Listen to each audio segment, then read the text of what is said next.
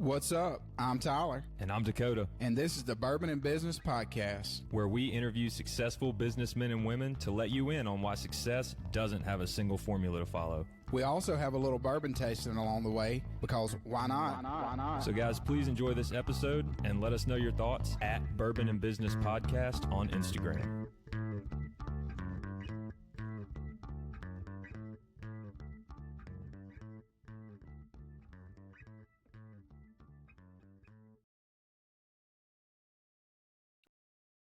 Coming to you from the Bourbon and Business Studio here in the Capitol Club in downtown Jackson, Mississippi. I'm Tyler. And I'm Dakota. And this is the Bourbon and Business Podcast. Man, that felt right, Dakota, actually saying Jackson this time. I know. It was like being home. I know at our last couple of episodes, we were in Memphis, so that was really throwing me off in intro. But glad to be back here in Jackson. Yep. Glad to have these views here at the Capitol Club. Mm-hmm. If you're a listener and you live in the Jackson metro area, you need to join the Capitol Club. No doubt. They have lunches daily, super cool event space, and then the rooftop bar now. So yes, if you're not a member, you need to join. And you want to introduce our guest to us today? I do. Today we have special guest Shane Power, president of Drive Health. Shane, welcome. Gentlemen, it's a pleasure to be here. Glad to have you. And then Dakota, what are we sipping on? Man, we're sipping on Dettling, bottled in bond on April 13th in 2023. This is handmade single barrel out of Alabama. Okay. Well, I know you're going to like it because it's got a long burn after the fact. So, but really good. I like the taste, especially, single barrel can be hit or miss. Yeah. I know there's a lot of bourbon snobs out there, but a lot of times you run a risk with that one barrel. Mm-hmm. But it's good. I'm going to have to give it a 8.6. Okay. 8.6. Really good. Not bad. Would definitely drink it. What did we pay for that bottle? That was like a $70 bottle. Okay. So not necessarily a daily drinker there, but definitely worth having on the shelf. For sure. Well, if you are looking to purchase some alcohol in the Jackson metro area, you need to check with Cheers Vineyard. We appreciate their sponsorship No of the doubt. podcast. And they have a knowledgeable staff. JT's there. Yep. So if you're looking for a bottle, check out Cheers Vineyard and Gluck staff. No doubt. Well, Shane, we appreciate you coming on the podcast this morning. We like to just kind of start this, kind of give our listeners your background, where you're from, where you grew up, and then how you got to the point of becoming the president of Drive Health. Absolutely. Well, this one is special for me, having gone to Mississippi State and having an awesome time and getting my master's degree and degree there. So I appreciate you gentlemen inviting me on. Grew up in Indiana, about 30 miles from the Illinois line, specifically Chicago. So Indiana farm boy, great place to grow up, great place to play sports. Obviously I was a hooper, and no better place to play growing up watching Larry Bird and go over to the Bulls games, watching Michael Jordan. So from there I went to Iowa State, was fortunate enough to win the Big 12 championship my freshman year there, and then went on to Mississippi State and the Bulldogs, and we won 2 SEC championships there as well. And then started my professional career actually playing professional basketball in Italy for 3 years, and came back, and I've sold multiple companies, been a healthcare president the last, I think, 15 years, which has all led me now to this new frontier of healthcare AI and agentic labor within healthcare, which we're super excited about.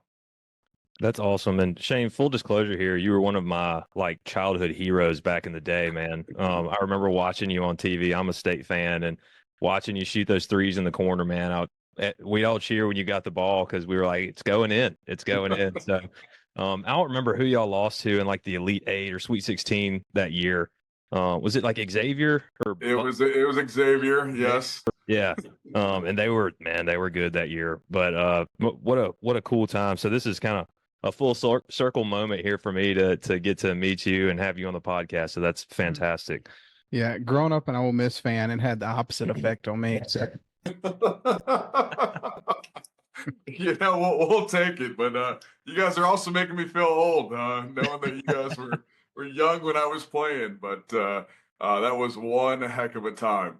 Yeah, no, it was awesome. Sure. Well, tell our listeners a little bit about, your time in sports and then obviously professional sports. What type of role did that play into your business career? Yeah, absolutely. So I think the first thing that jumps out is work ethic, right? I mean, you have to, especially nowadays in sports, it is 24/7, whether you're actually practicing or you're preparing, talk about sleep and diet. I try not to worry about the food I put in my body now, but back then, every single thing you put in your body was going to come out in energy, hopefully in that game. So just that preparation. And then as I kind of went through the different levels and got up, to Mississippi State and then into the pros, the really interesting part is I started figuring out winning formulas, I call them, right? And I've tried to take that from sports into business. So in basketball, you probably heard me talk about in the past, to me, there's two truths of basketball, right? And this is from learning from everyone from Bob Knight to Gene Cady to Coach K to Coach Stansberry and Coach Eustace at Iowa State. There's two truths to basketball. One, the team that gets the most easy baskets and gives up the least amount of easy baskets wins, right? So that sounds simple, right? But what you do then from there is you detail it out. How do I get easy baskets? How do I not give up easy baskets? Right. Right.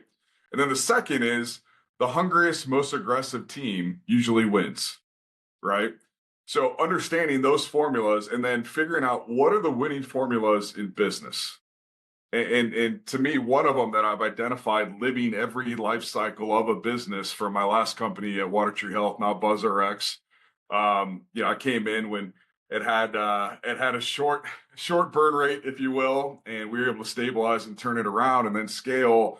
We had multiple offers at 270 million enterprise value. We saved consumers over $1 billion on their medications. We were able to acquire and serve 18 million patients throughout the country. Living every one of those cycles within business taught me every great business has 5 characteristics, right? One, compelling mission and vision, right? What internally motivates and moves your employees, your vendors, and your valued customers. Right. So compelling mission and vision. Number 2, attracting and retaining high quality talent, right? Today in business, you have to have the A team. You have to have the right people on the bus, right? Those people on the bus are aligned and locked arms in that mission. Now you got something special. The third part is kind of that culture of servant leadership and personal and professional development, right? If everyone has that servant leadership mentality where I'm here to serve my colleagues, I'm here to serve our customers, I'm here to serve our partners and vendors. And then, what I really learned is if you can have people on individual development plans, right, improving personally, right, and then professionally as well, it makes everybody better, right? And it makes the company better. So you can get exponential growth just for your company just by working on personal and professional development. And that's been so key in my success, learning from people a lot smarter than me. I've got a rule when I invest. I won't invest in somebody or a company that I don't think is 10 times smarter than me in that industry. Now, thankfully for me, that's easy. Right? It's everybody. I was just thinking that's pretty much any company out there for me. Exactly. But that's why I placed large bets on Elon at SpaceX, in the pre-IPO secondary market, Axiom Space, Klarna, Black Pearl, Stripe, because I saw their domain expertise and where they could go. So that's paid huge dividends for me. So those are the first 3. There's a theme there too of disruption. That all of those companies are kind of disruptors in that market. I mean, NASA had the spaceship market, and then SpaceX comes out of nowhere, and they're like, "Well, we can build rockets too." And you're like, "Oh, can you?" And then they land them on the same platform they launched from. It's just wild. And Elon's efficiency, his vision, and in fact, he's bailing NASA out. I think this week or next week, going to get our valued astronauts and bringing them back. Which will be a huge celebration by all of us. So those first 3, compelling mission and vision, attracting and retaining high quality talent, and then culture of servant leadership, personal and professional development. If you do those 3 right, then the next phase of commercialization and the final phase of scale is that much easier, right? So that's kind of the formula I've figured out within business. So that's what I look for. Like, what was the winning formulas in basketball and sports? What are the winning formulas in business? And then just trying to, just trying to mirror that and duplicate that. One of my favorite sayings in business is, "What's the best way through a minefield?" Tyler, what do you think?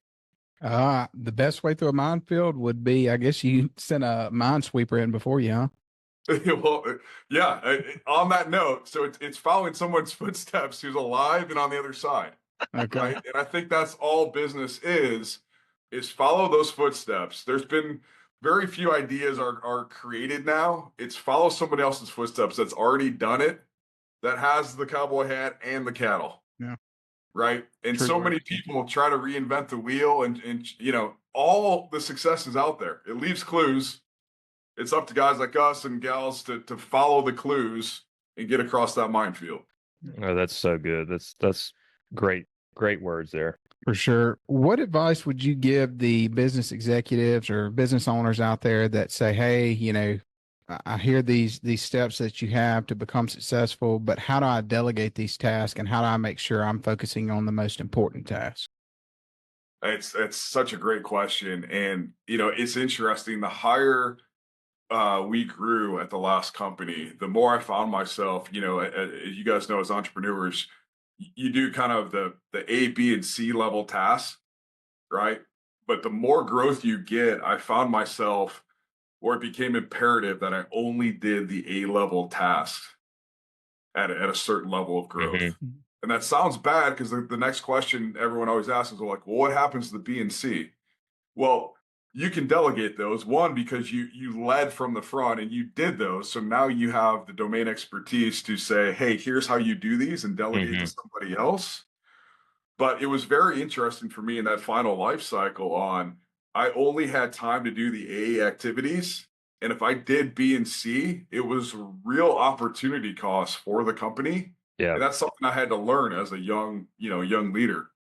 Well, that kind of goes into the question I wanted to ask when you were going through your 5 points. How hard is it to keep those good, solid people in point number 2 that you were talking about? You got to have a nice talent team that has the capabilities to actually, do something and do it well. But in today's market, loyalty like doesn't exist. Company Yes. loyalty doesn't exist like it did back in the 50s and 40s and 30s.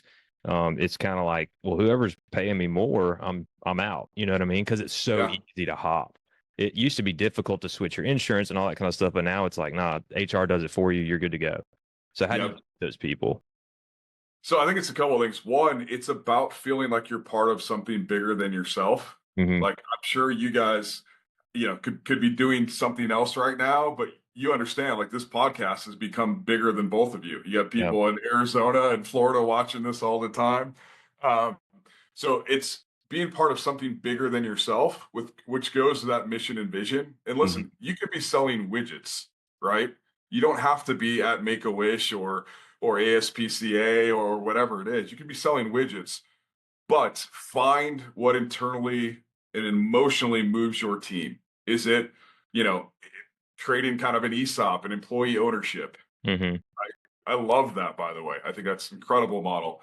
Yeah. Is it, creating a cause program on, hey, every month we're going to donate to a different charity that's really important to one of our internal employees. Um, so that cause is big because, like you said, if it's not about the cause and they don't feel like they're part of something bigger than themselves, then your company is essentially a commodity, and they're Yeah. just going to jump when the next best opportunity comes. Yeah. For sure. Well, one big thing that we've noticed you're a big proponent of healthy living. Kind of what brought that passion around, and what does that look like, I guess, for you? Yeah, for me, it was very organic. Being in sports my whole life, and really having to pay attention to every aspect of your health, and invest in it when you're a college and professional athlete. So it was very organic transition for me, and so it's a passion on creating healthier communities, right? And to me, there's a couple cogs in that wheel that allow for healthier communities. One is accessibility, and two is affordability, right? And I believe Mm. healthcare is a privilege. I want it to be a right, but at the end of the day, somebody has to pay for it, right? So Right. that's the conundrum. So how do you give somebody in a rural area that maybe doesn't make as much money the same access as somebody in, in Paradise Valley here in Arizona, that has all the resources in the world, right? So let's start with that. And that's one area where our company at Drive Health was founded on the idea on, could we create healthier communities if everyone had a one-to-one dedicated agentic nurse available 24/7, 365? Would that help healthcare? And we're finding a resounding yes within our company. But going back to the last company, really helping patients find a way on, how do I get that medication cheaper? Mm. Right. And there's all these ways. Healthcare is a lot like Wall Street. They keep it very complex and complicated for a reason, but we found out there's this managed care program, which is cash in healthcare, that actually, more the majority of the time is cheaper than using your insurance. Yeah. Right? Who would have thought? And so it was our job to take that message, to the country and educate people. And a lot of times that's all it is in healthcare, is educating on benefits. Where's the best place to receive healthcare for that specific condition? And how do you drive that cost down? So accessibility and affordability, if you can do those two things along with some education, right, then you can start to actually make a dent at scale in healthcare. And that's the problem, is it's very hard to do things at scale in healthcare because of all the different insurances, right? You're talking about, state, federal, then you're talking about your carriers as well. So it's very complex, and people need a solution that simplifies it, right? And then can get you that information and disseminate that information seamlessly without friction. And healthcare is one of those markets there's so many barriers to entry, and they're all so high. I mean, they're almost impossible to climb. So kudos to you and your company on trying to disrupt that market. And I love it, getting it at scale is going to be tough, but getting that down to that affordability piece for those people and accessibility is there's so many inefficiencies in the healthcare system as well. And like 4 or 5 people touch the same thing where only one person needs to touch it. And it's just making opportunities for more mistakes to happen, medications to get swapped, labels to get misplaced, samples to get swapped on accident. Like there's just so many things that cost money that you could improve upon if maybe it wasn't touched by a person or only touched by 1 or 2 people instead of 6, but that's the problem when we built it the way that we built it, right? So when you've got money involved, greed is always going to take over at some point. And then it's up to the people who actually care to step in and say, hey, okay, let's bring this back down to to get it to where it's actually working for people like it was supposed to. Yeah. And go ahead, Tyler. Well, and I was going to say, and one thing that we're seeing right now, especially kind of the pulse of the nation, there's a big emphasis on healthcare and what we're doing with healthcare. You may not, I hate to put you on the spot, you may not have the numbers off the top of your head. He's a Mississippi State athlete. He can take it. Yeah. But what type of negative impact are we seeing, with, I guess, the health of our nation that's on the economy at this point? And what's the outlook 10 years from now?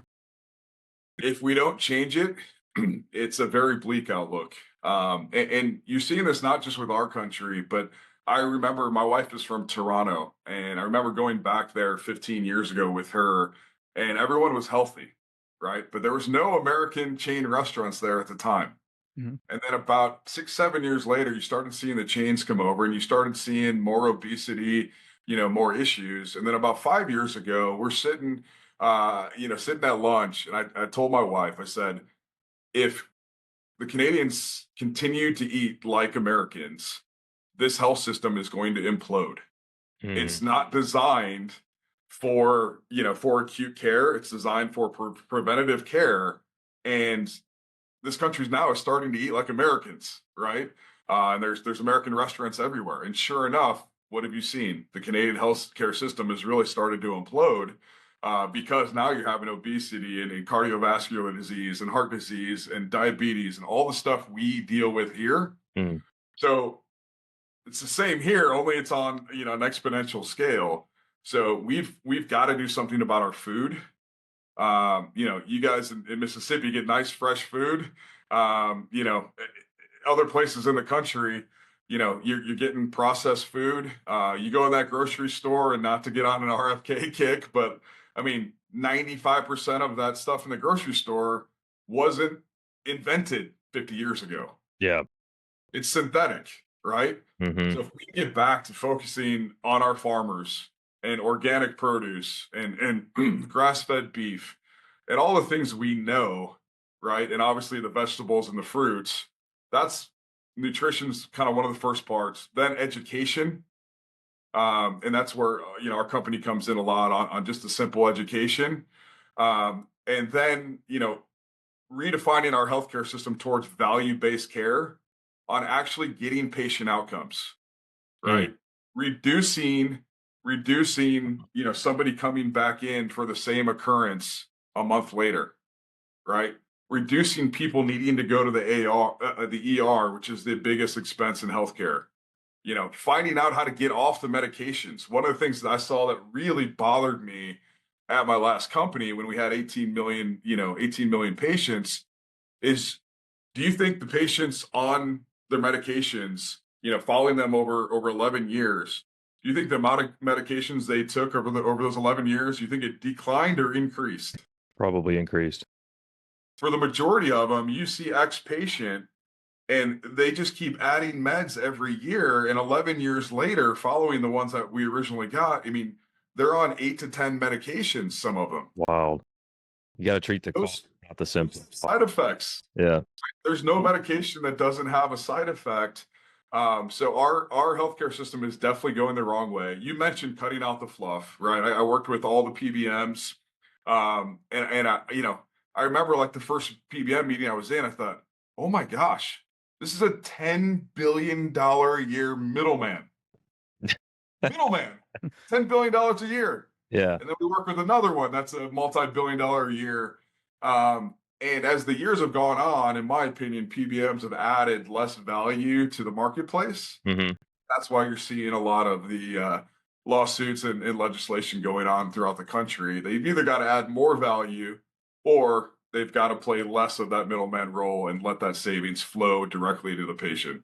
No, that's great, man. Well said there. And I'm really excited about what you guys are doing over there. And I hope you just continue to push forward and break those barriers.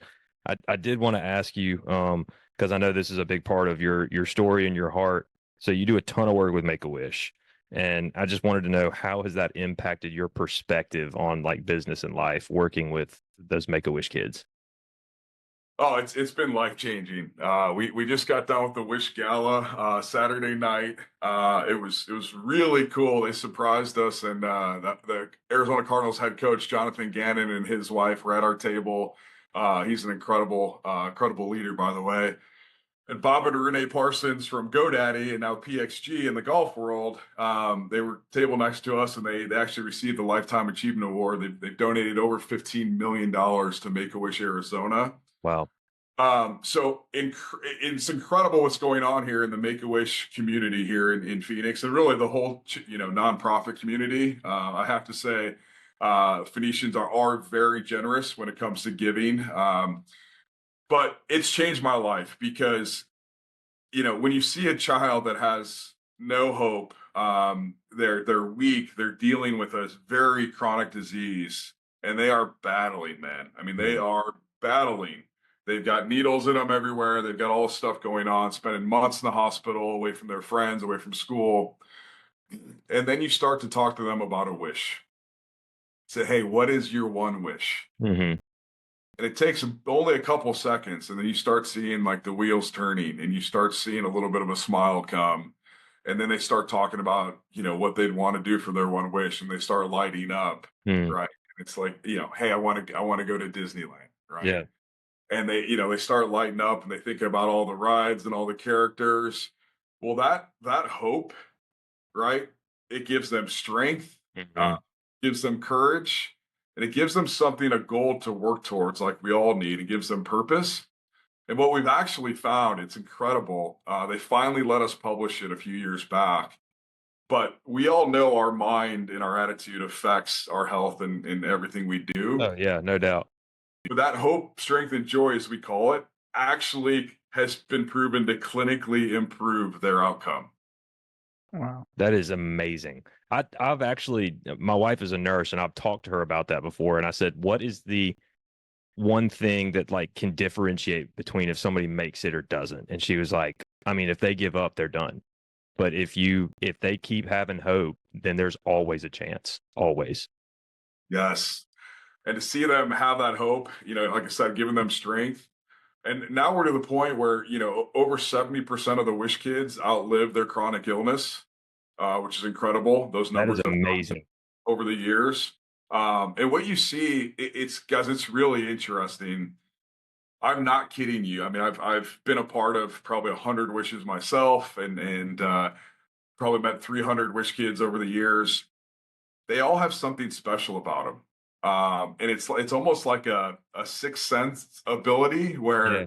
they just kind of shine, and you'll see them get up on stage last Saturday night in front of an esteemed crowd of 1,000, leaders in Arizona, and just shine and tell their story and be confident. And they're not worried about the little stuff. Like, they're past that.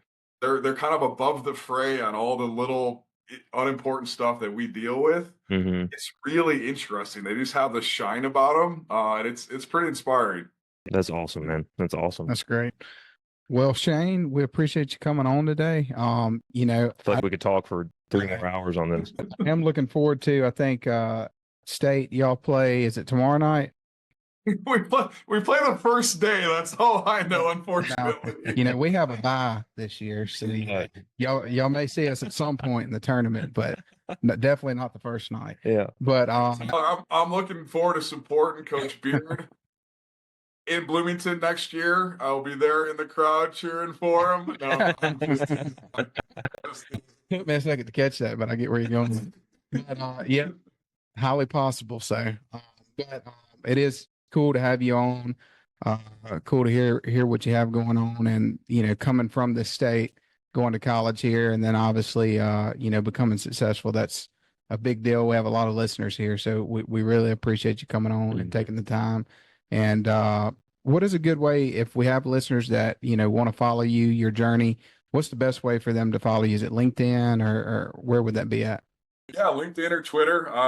Twitter I mainly keep for sports, so I'm always talking SEC sports, as you guys know, and then LinkedIn on the business side. And I do want to say this: Mississippi completely opened their arms and welcomed me in. Here's this kid coming from Indiana, and they certainly didn't have to, and made it my second home. And I always tell people, like, Mississippi is the best kept secret in the country. I think a lot of people in Mississippi want to keep it that way because, it is all about the people. Yeah. And I absolutely love that. So I just want to say thank you and to all the people across the state. The hospitality is real, the caring, and being about the people, right? Human to human. It's very real in Mississippi. So I appreciate it. We definitely appreciate you saying. Appreciate that. Yeah, Mississippi is a gem. Yes, it is. Well, Dakota, what's your rating on the bourbon for? Man, I love the bourbon. It's super flavor, nice burn. It felt like there was a little party in my mouth. That's how I'm going to describe it. So I'm going to land at a 9.3. All right, so we'll go with 8.9. How does that sound? That sounds great. I think I did. I think it's 9.5, but yeah, it's pretty close. We'll go for 8.9. And to all our listeners, have you streamed this podcast? If you would give us a rating and follow us on socials, and we will see you next week. Yep. Hope you guys enjoyed this episode. If you have any feedback or would like to be featured, reach out to us at bourbonandbusinesspodcast@gmail.com. Or find us on Instagram at Bourbon and Business Podcast. Thanks again for listening. Follow us for more content and info on the next episode.